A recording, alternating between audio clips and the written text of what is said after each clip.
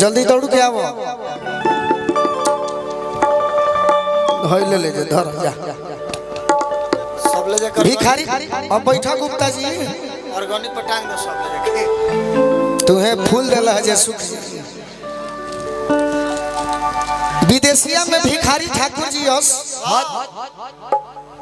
गावे के तो पवन सिंह जी गायक अच्छा हुई, खेसारी लाल जी भी हुई, निशा भी अच्छा है, अनुपमो बढ़िया बड़ी। लेकिन देखी भिखारी ठाकुर जी के जौन गीत आज ले भई वैसन गीत ना आई। पहले के मेहरारू के अगर पियावा बाहरा जास नो तो चिट्ठी लिखे का चिट्ठिया में लिखाएगा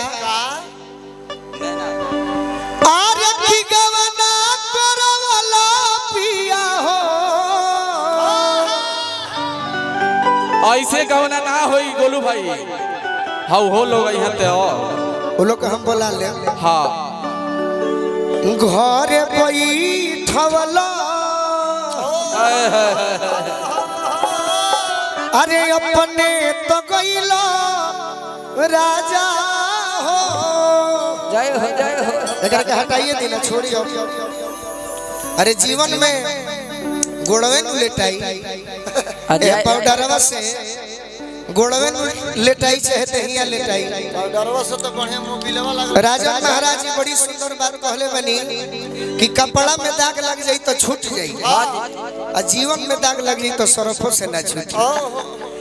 अरे की अपने तो गइला पिया हो कहावा कहावा पूर्वी बनी जिया के करा से हो सब पिया हो। एकरा के तने ऊपर उठाई ना औरी भैया एकरा के ऊपर उठाई तो एकर के माथ मालिक बा ए कैमरा के माथ मालिक बा तने ऊपर उठाई के करा से हो सब पिया हो के करा से बोलो बोलो अरे के करा से कहब पिया हो दिलवा के पतिया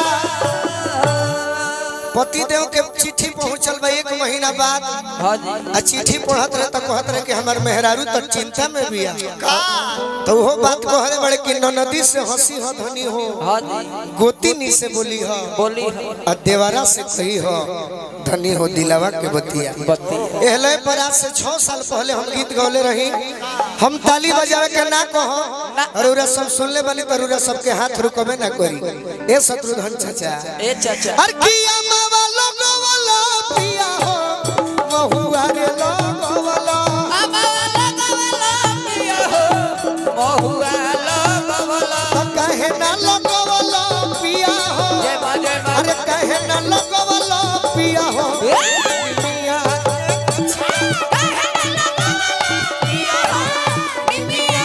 कहे ना लोगो वाला पिया हो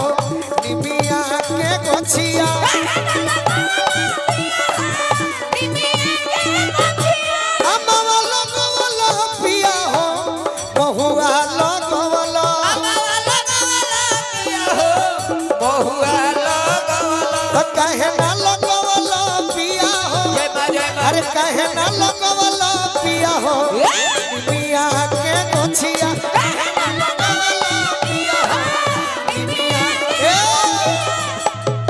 कम समय में भजन समाप्त करतनी हाँ जी। अबे हमें बैंजू मास्टर के फर्ज बनता कि कितना सुंदर लय बजा सकतनी। आज के मेहरारू कह दे तारी सब कि पियावा नतिया पटना बा हाँ जी बाकी पहले के मेहरारू कहे का कि राजा जी रउरा बाहरा करे का करे जाता नहीं का दुआर पर रह के पुआरा बहरब हाँ जी तो हम जानो कि रउरा रोपे भारत बहारत ये हमारे मित्र और बड़े ही अच्छे आप लोग का मैं बड़ा सम्मान करता हूँ। जय हो जय हो आप ही ऐसे धरती पर अवतार लिए हैं जिनसे हम मजाक नहीं कर सकते नहीं लेकिन मंच पर बाड़ू तो तनी मनी एने एने हो जाई क्षमा को दियो। सही अरे प्यारी देश तो नहीं देखे तो हम प्यारी देश तो नहीं देखे तो हम प्यारी देश सोनी देखे रहोगे प्यारी देश सोनी देखे रहोगे जात आवत में देर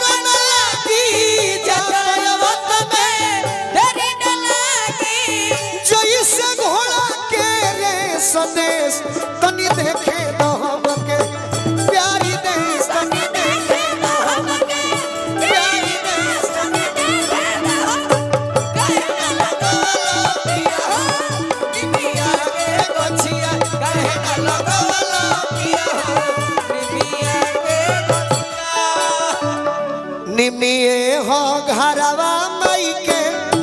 निमिये दुआरावा हो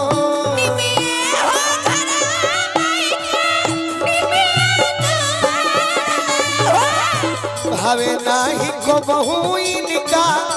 पकड़ी पिपरावा हो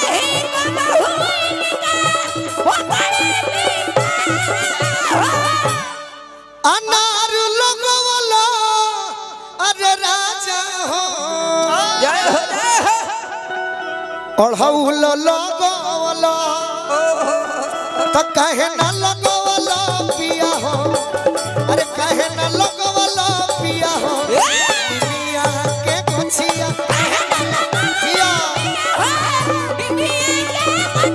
कहे न लगवला पिया हो